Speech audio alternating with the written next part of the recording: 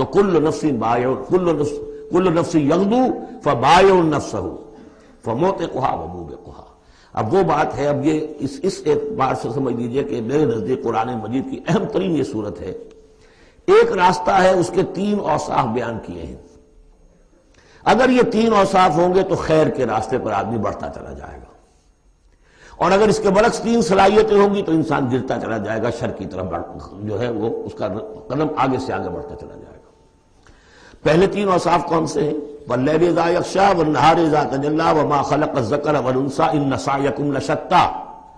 فَأَمَّا مَنْ أَعْطَىٰ وَاتَّقَىٰ وَصَدَّقَ بِالْحُسْنَىٰ۔ جس شخص میں عطا ہے، جود ہے، سخاوت ہے، کسی کو بھوکا دیکھے تو اگر 1 روٹی ہے تو اس کو بھی بانٹ کر کھا سکے، کسی کو تکلیف میں دیکھے تو اگر اس کے پاس کوئی ہے ایسی چیز جس سے کہ اس کی تکلیف وہ رفع کر سکتا ہو تو دریغ نہ کرے، یہ عطا ہے، جود، عطا، سخاوت۔ فَأَمَّا مَنْ أَعْطَىٰ، پہلی شرط یہ ہے، کیونکہ ہم سورہ بلد میں بھی دیکھا ہے کہ وہ جو گھاٹی ہے جس سے گزرنا مشکل ہے، فَلَقْتَحَمَ الْعَقَبَةَ، وہ کون سی گھاٹی تھی؟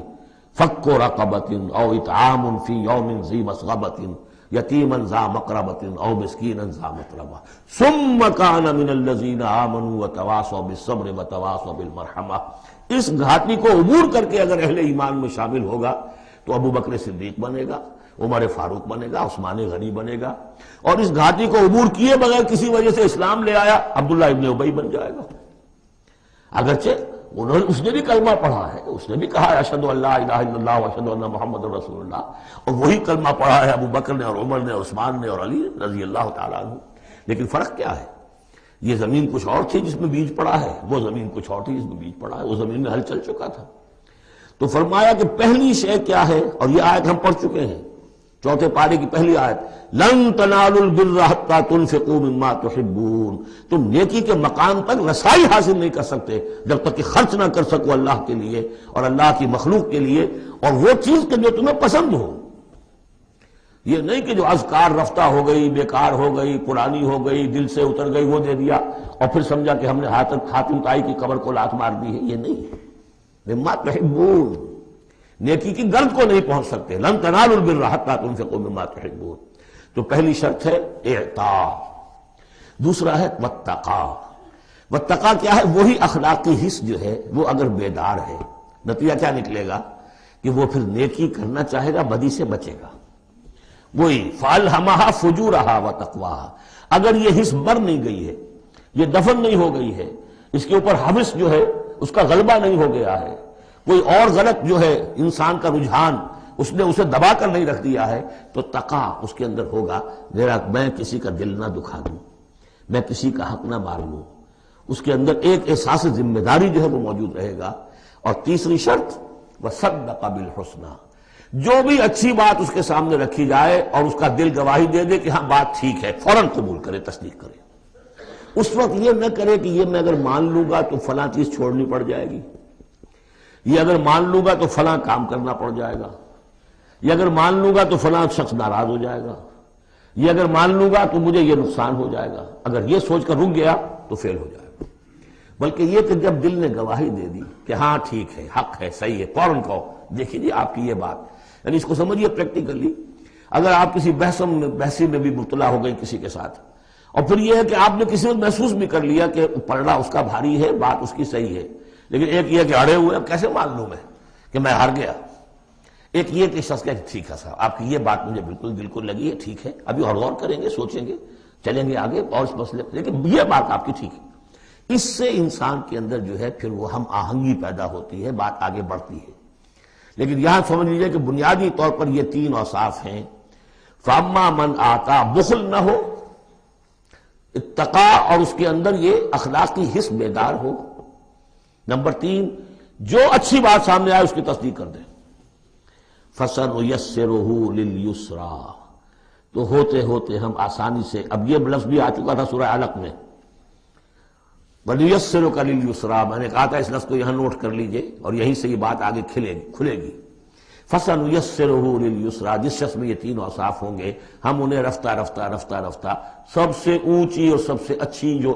اس آسانی والی شاید منزل ہے جنت، وہاں پہنچا دیں گے۔ اب اس کے برعکس دیکھیے ترتیب،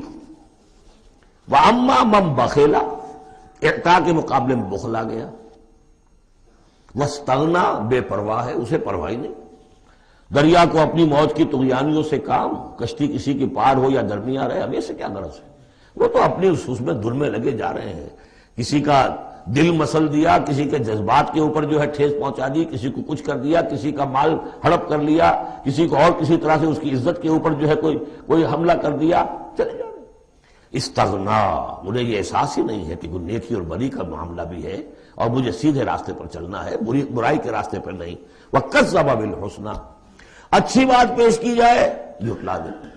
دل گواہی دے چکا کہ بات اچھی ہے لیکن پھر جھٹلا دے، کسی تعصب کی وجہ سے، کسی ضد کی وجہ سے، تکبر کی وجہ سے، ہٹ دھرمی کی وجہ سے، فَسَنُيَسِّرُهُ لِلْعُسْرَىٰ، تو ایسے شخص کو ہم آہستہ آہستہ تدریجاً سب سے بڑی مشکل یعنی جہنم میں پہنچا دیں گے۔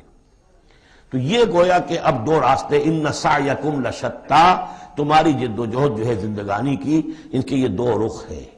اگر تو یہ ہے اما من اعطا واتقا وصدق بالحسنى، اگر یہ تینوں چیزیں بتمام و کمال موجود ہوں تو وہ شخص صدیق بنے گا، ابو بکر صدیق بنے گا رضی اللہ تعالی، ان کے نقش قدم پر چلنے والا ہوگا۔ اور اگر ان تینوں سے کوئی چیز کمی ہے تو کہیں بیچ میں لٹک جائے گا، اور تینوں ہی نہیں ہے تو معلوم ہوا کہ وہ بدترین خلائق ہوگا پھر، جس کا کہ سب سے بڑا کردار جو قرآن مجید میں آتا ہے وہ ابو لہب ہے۔ ابو جہل جو ہے وہ بدترین نہیں تھا، اچھی طرح سمجھ لیجئے، وہ تو جب آج ہم پڑھیں گے، جب سورہ علق آئے گی تب اس کے کردار کا نقشہ سامنے آئے گا۔ اس کی شخصیت بڑی اونچی شخصیت تھی بعض اعتبارات سے، میں سنا چکا ہوں، نے صاف مانا تھا کہ محمد جھوٹ نہیں کہہ رہے، جو کچھ کہہ رہے ہیں صحیح کہہ رہے ہیں، لیکن میں نہیں مان سکتا، اس کا مطلب ہے ہمیشہ کے لیے ہم بنو امیہ جو ان کے غلام ہو جائیں گے، بنو ہاشم کے، یہ میرے لیے قبول نہیں۔ صاف تو کہا نا، کم سے کم give the devil his due۔ اسی طریقے سے جس باطل دین کا وہ علمبردار تھا اس کے لیے اسلامی گردن کٹوائی ہے، قربانی دی ہے اس نے۔ ابو لہب نے 2 مرسنریز بھیج دیے، تم چلے جاؤ، میں تمہیں پیسے دے دوں گا، تم جاؤ، تم لڑاؤ میری جگہ پر، اس لیے کہ اس میں وہ بات نہیں تھی، اس میں مردانگی تھی۔ کوئی وجہ تھی کہ حضور نے 2 شخصوں کو برابر تولا ہے، عمر ابن الخطاب اور عمرو ابن ہشام میں سے اللہ کسی ایک کو میری جھولی میں ڈال دے، کوئی وجہ تھی نا، آخر دونوں کو کیسے کیا ہے؟ اگر کہیں وہ بھی ایمان لایا ہوتا تو عمر ابن الخطاب کی طرح کا مسلمان ہوتا، پھر وہ اس طرح کا ڈھیلا مسلمان نہ ہوتا، وہ عبداللہ ابن ابی والا مسلمان نہ ہوتا۔ تو یہ شخصیتوں کا معاملہ ہوتا ہے، تو جس میں تینوں اوصاف نہیں ہے وہ گیا بدترین خلائق، جس میں کچھ ہے وہ پھر کچھ دیر لگا کے آ جائے گا، کچھ وقت لگے گا اسے، لیکن یہ 3 اوصاف ہی ہیں تعبیر سیرت کے اس اعتبار سے کہ جو فیصلہ کن ہیں۔ فَأَمَّا مَنْ أَعْطَىٰ وَاتَّقَىٰ وَصَدَّقَ بِالْحُسْنَىٰ فَسَنُيَسِّرُهُ لِلْيُسْرَىٰ وَأَمَّا مَنْ بَخِلَ وَاسْتَغْنَىٰ وَكَذَّبَ بِالْحُسْنَىٰ، بالکل اپوزٹ چیزیں، فَسَنُيَسِّرُهُ لِلْعُسْرَىٰ وَمَا يُغْنِي عَنْهُ مَالُهُ إِذَا تَرَدَّىٰ، اور اس نے جو مال جمع کیا ہوگا اپنے لیے وہ قطعاً کام نہیں آئے گا جب اسے گرایا جائے گا، گڑھے میں جب گرے گا جہنم کے۔ اِنَّ عَلَيْنَا لَلْهُدَىٰ، دیکھو انسانوں ہمارے ذمے ہے صرف ہدایت پہنچا دینا، یا اب اللہ تعالیٰ اپنے ذمے لے رہے ہیں، یہ ہمارے ذمے ہے کہ تمہیں راستہ دکھا دیں، سجھا دیں، یہ سجھا دینا ہمارے ذمے ہے۔ اس کے لیے ہم نے تمہیں جبلی ہدایت بھی دی ہے، اس کے لیے ہم نے تمہارے اندر اخلاقی حس بھی رکھ دی ہے، اس کے لیے ہم نے اپنی روح تم میں پھونکی ہے، اس میں ہماری معرفت اور محبت موجود ہے، اور پھر ان تمام چیزوں کی تکمیل کے لیے ہم نے نبی بھیج دیے، رسول بھیج دیا، کتابیں نازل کر دی، ہم نے اپنا ہدایت کا جو فرض تھا وہ ادا کر دیا۔ ان علینا للہدیٰ وان لنا للآخرۃ والأولیٰ، پھر ہمارے ہی لیے ہے اختیار آخرت کا بھی اور اولیٰ کا بھی، دنیا کا بھی، پھر فیصلہ ہم کریں گے کہ کون اب اس قابل ہو گیا ہے کہ دنیا کو ان کے بوجھ سے پاک کر دیا جائے، زمین کو ان کے بوجھ سے آزاد کر دیا جائے، پوری قوموں کو ملیا بیٹ کر دیا جائے، فیصلہ کرتے ہیں۔ وہ پڑھ چکے پچھلی صورت میں، فَدَمْدَمَ عَلَيْهِمْ رَبُّهُمْ بِذَنبِهِمْ فَسَوَّاهَا، ایسے ہے کہ جیسے کسی باغ میں سے کوڑا کرکٹ جمع کیا جائے اور پھر اسے آگ دکھا دی جائے، اس لیے کہ اس باغ کے لیے بدنما داغ ہے۔ اب تو یہ کہ وہ انسان جو ہے کہ جو پھر اس حد تک ہدایت کے واضح ہو جانے کے بعد کہ نبی آ گیا، کتاب آ گئی اور اس نے ماڈل پیش کر دیا اپنی زندگی کے اندر، پھر بھی نہیں مانا، تو پھر یہ جو بھی فیصلہ ہے وہ ہم کرتے ہیں۔ فَأَنذَرْتُكُمْ نَارًا تَلَظَّىٰ، دیکھو میں نے تمہیں خبردار کر دیا اس آگ سے جو بھڑک رہی ہے اور وہ منتظر ہے۔ لا یصلاھا، ہم دیکھ چکے ہیں کئی جگہ آیا ہے کہ وہ تو دھاڑ رہی ہے بھوکے شیر کی طرح، اسے تو چاہیے اپنی خوراک۔ لا یصلاھا الا الاشقی، نہیں پڑے گا اس میں مگر وہی جو بہت ہی بدبخت ہے۔ کیوں؟